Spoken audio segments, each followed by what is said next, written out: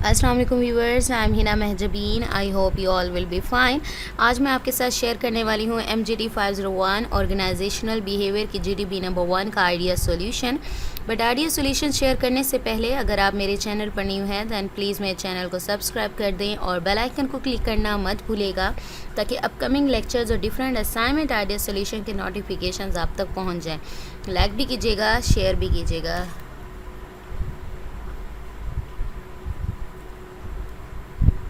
Okay जी, let's start from today's GDB। Last date है इसकी 7 जून और टॉपिक है हमारा मेथड्स ऑफ शेपिंग बिहेवियर्स।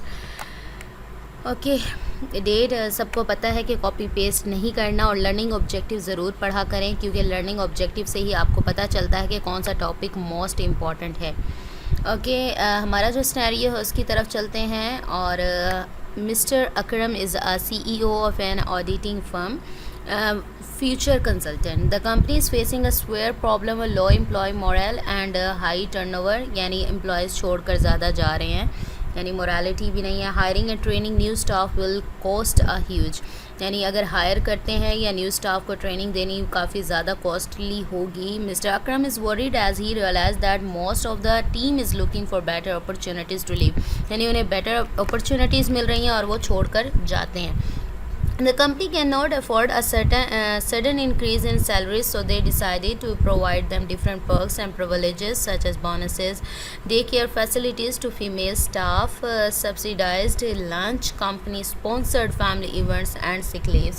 ये सारे rewards कह लें आप या भी facilities provide करी है ताकि थोड़ा सा employees को खुश किया जाए। Mr. Akram noticed that the employees' behavior is changing towards the company and there is a sudden decrease in turnover ratio, यानी जो छोड़कर जा रहे थे थोड़ा सा उनका पॉजिटिव रिस्पांस आया है इन फैसिलिटीज़ की वजह से जो ये प्रोवाइड करे हैं। मैंने मेन पॉइंट्स को हाईलाइट कर दिया है, आप इन पर फोकस कर सकते हैं। नेक्स्ट जो हमारा टॉपिक ऑफ डिस्कशन यानी पॉइंट ऑफ डिस्कशन जो है हमारा वो है keeping methods of shaping behaviour in mind, identify which practice is being used by mister Akram to retain valuable employees. जो कीमती यानी जो कंपनी के एम्प्लॉयज़ हैं उनको रिटेन यानी बरकरार रखने के लिए मिस्टर अकरम कौन सा मेथड यूज़ करें हैं जो कि मेथड ऑफ शेपिंग बिहेवियर है। Justify your answer with 2 valid arguments based on the given facts in the scenario. Maximum word limit is 50, बहुत कम लिमिट दी हुई है, यानी आपने 3 से 4 लाइंस बन जाएंगी या 2 से 3 लाइंस में ही 50 वर्ड्स कंप्लीट हो जाते हैं, तो इसमें आपने इसको कंप्लीट करना है। ओके जी, हैंड आउट्स हमारे पास हैं, तो हैंड आउट्स में आपने क्या करना है, शेपिंग बिहेवियर को मैं ओपन करके रखना भूल गई। ओके, सर्च कर लेते हैं हम शेपिंग बिहेवियर को। कोई भी कीवर्ड आप जो आपका गिवन है शेपिंग बिहेवियर कर लें या बिहेवियर कर लें। शेपिंग बिहेवियर इसलिए कर रही हूँ ताकि एग्जैक्ट पॉइंट पर हम पहुँच जाएंगे, मैंने ये हाईलाइट किया हुआ है। ओके जी, हमारा ये आ गया। शेपिंग बिहेवियर के जो मेथड्स हैं वो कौन कौन से हैं। एक है reinforcement, positive reinforcement, negative reinforcement, extension, punishment. ठीक है, ये सारे मेथड्स हैं, लेकिन इसको जो हाईलाइट किया है मैं लास्ट लाइन आपको दिखा दूँ। Some organisations use positive reinforcement for diversity efforts and to retain valuable employees. और इसमें क्या होता है, रिवॉर्ड दिए जाते हैं positive reinforcement if a worker acts in the desired manner to obtain them. Rewards कौन कौन से होते हैं, potential reinforce include rewards such as pay bonuses, promotions, job titles, interesting work and verbal praise। यानी इस तरह के रिवॉर्ड्स देने को हम पॉजिटिव reinforcement कहते हैं, बिकॉज वहाँ पर बात हुई थी कि वो अफोर्ड भी नहीं कर सकते कि न्यू एम्प्लॉयज़ हायर करें, ना उनको ट्रेनिंग दे सकते हैं, तो सडन इंक्रीज़ हो जाएगा। सैलरीज़ भी बढ़ाना मुश्किल हो जाएगा क्योंकि एक की नहीं बल्कि सब की बढ़ानी पड़ेगी। इस पर ये है जो फैसिलिटीज़ प्रोवाइड की जा रही हैं, ये होगा ना कि कोई अच्छा काम करता है या जिसकी सैलरी इतनी है या इस तरह इस बेस पर उनको प्रोवाइड की जाएगी तो थोड़ा सा कंपनी पे बर्डन कम हो जाएगा। तो इसमें क्या यूज़ हो रहा है, कौन सा मेथड यूज़ हो रहा है, पॉजिटिव रेनफोर्समेंट यूज़ हो रही है, यानी कंपनी का जो टर्नओवर है, लो टर्नओवर है, डिक्रीज़ है, तो उसको इन हाई टर्नओवर है यानी एम्प्लॉयज़ छोड़कर जा रहे हैं, तो उसको बचने के लिए यानी इस प्रॉब्लम को रिजॉल्व करने के लिए कौन सा मेथड यूज़ करते हैं। अच्छा, इसमें ये राइट किया हुआ है, देखें लेक्चर नंबर हमारा 5 है जो मैं हैंड आउट्स में आपको दिखा रही थी, ये लेक्चर नंबर 5 से है। पेज नंबर आप लोग देख लें 23 बन रहा है। ठीक है। Lecture number 5 and read additional material. अब कुछ लोग कहते हैं ना कि कॉपी पेस्ट ये वाला ये काम नहीं करना, आप इंटरनेट से डेटा ले सकते हैं। देखें यहाँ लिखा हुआ है read additional material available on online और any other mode, but the answer should be in your own words based on the given scenario rather than copy pasting from the consulted content. यानी आपने copy paste नहीं करना होता, आप help ले सकते हैं, ठीक है, कॉपी पेस्ट ना करें।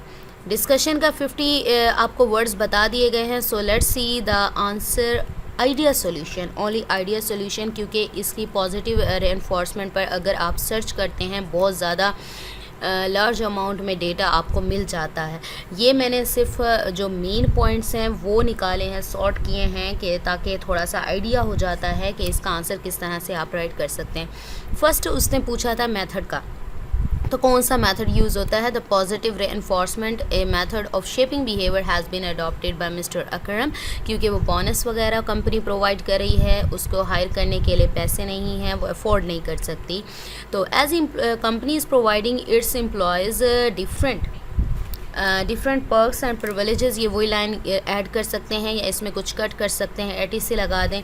सच as bonuses, day care facilities to female staff, subsidised lunch, company sponsored family events and sick leaves, that positive reinforcement motivates them to keep working. ये सारी फैसिलिटीज़ जो प्रोवाइड कर रहे हैं, इससे क्या होगा कि वो वर्क करने पर मजबूर रहेंगे, यानी इतनी अच्छी फैसिलिटीज़ मिल रही हैं। न्यू एनवायरनमेंट में जाने से अच्छा है कि हमारे पास जो प्रेजेंट जॉब है उसमें इतनी अच्छी फैसिलिटीज़ हैं, तो थोड़ा सा छोड़ने के लिए उनका दिल नहीं करेगा। ओके जी, नेक्स्ट है हमारा positive reinforcement can be used in a range of settings and situations to teach new skills and encourage people to do their best, and it can be as simple as telling someone good job.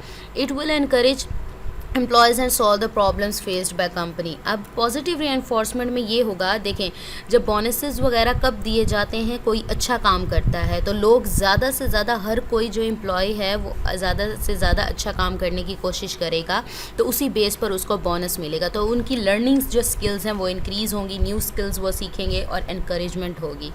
Next है positive reinforcement is a practical way to put psychological principles to work in everyday life for great results. यानी principles को, psychological principles को work में लाते हुए आप क्या करते हैं, ग्रेट रिजल्ट्स लेते हैं। It can improve the confidence, self-esteem and encourage self-reliance that enables this company to retain its employees। यानी उनका जो सेल्फ कॉन्फिडेंस है वो बढ़ता है, वो मेहनत करते हैं, हार्ड वर्क करते हैं, यानी आप बेटर से बेटर रिजल्ट्स ले सकते हैं पॉजिटिव रेइंफोर्समेंट को यूज़ करते हुए। और इस वजह से क्या है, जो स्पेशल या इम्पोर्टेंट एम्प्लॉयज़ हैं तो उनको रिटेन कर सकती है कंपनी। मैंने यहाँ पर कुछ एग्जांपल्स भी राइट किए हैं। प्रेज कर सकते हैं after you execute a turn during a skiing lesson, your instructor shouts out great job। Monetary rewards भी हो सकते हैं। At work you exceed this month sales quota as your boss gives you a bonus.